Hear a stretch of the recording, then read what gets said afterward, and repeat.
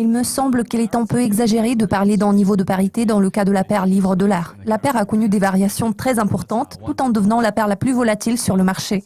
Colin Kaczynski, CMC Markets.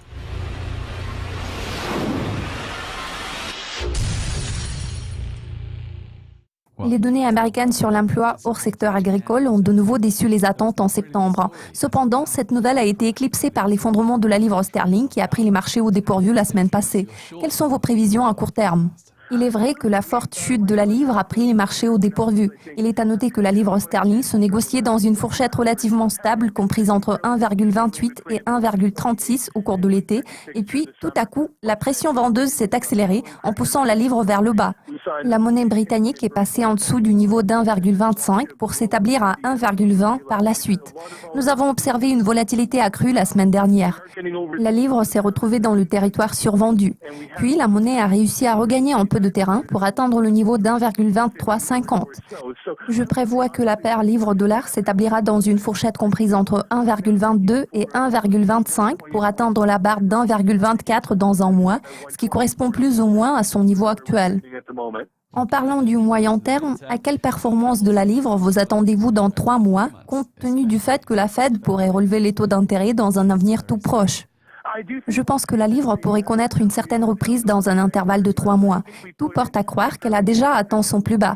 La semaine dernière a vu beaucoup de commandes stop-loss, donc il est tout à fait possible que la livre rebondisse à moyen terme.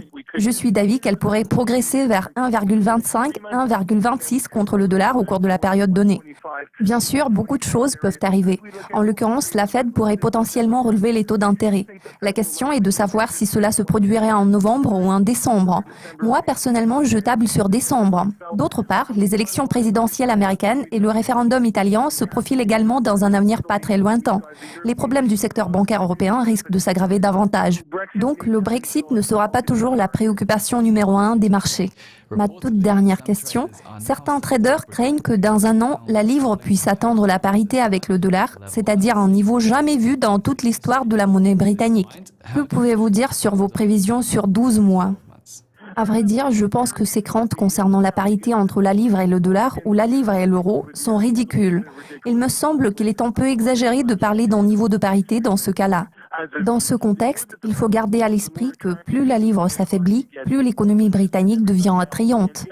N'oublions pas que le reste des banques centrales cherchent désespérément à affaiblir leur monnaie via les taux d'intérêt négatifs, les mesures d'assouplissement quantitatif, etc. En revanche, cette situation a offert un grand avantage monétaire au Royaume-Uni. Maintenant, il existe une divergence entre les politiques monétaires de la BCE et de la Fed.